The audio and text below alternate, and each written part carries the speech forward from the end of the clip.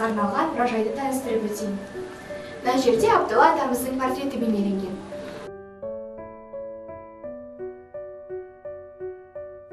Республика күні Қазақстан тарихында алтын әріппен жазылған мереке.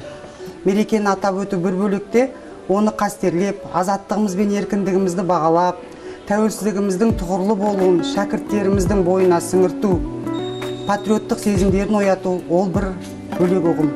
Осы мақсатта мектебімізде еңсесі биік Қазақстаным атты тақырыпта тәрбиелік мәні зор іс-шаралар өтуде.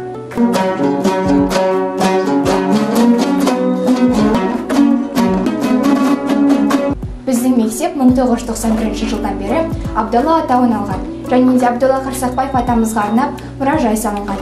Біздің осы мұражайдағы ең құнды жәдігер ол «Менің атым Қожа» фильмінің түпнұсқасы.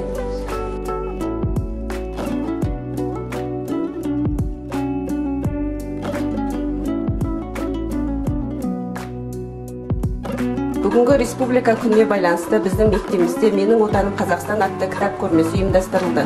Отаным менің Қазақстан, мәңгілік сенмен мақтанам, саяңда жүрем әрдайым, күлімдеп жүрем бақтыға.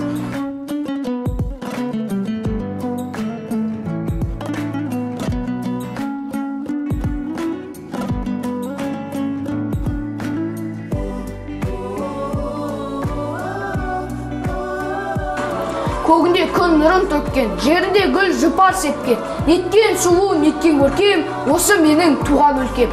Ақжайық, Алтай арасы, қазақтың шалқар даласы, республикама қарашы.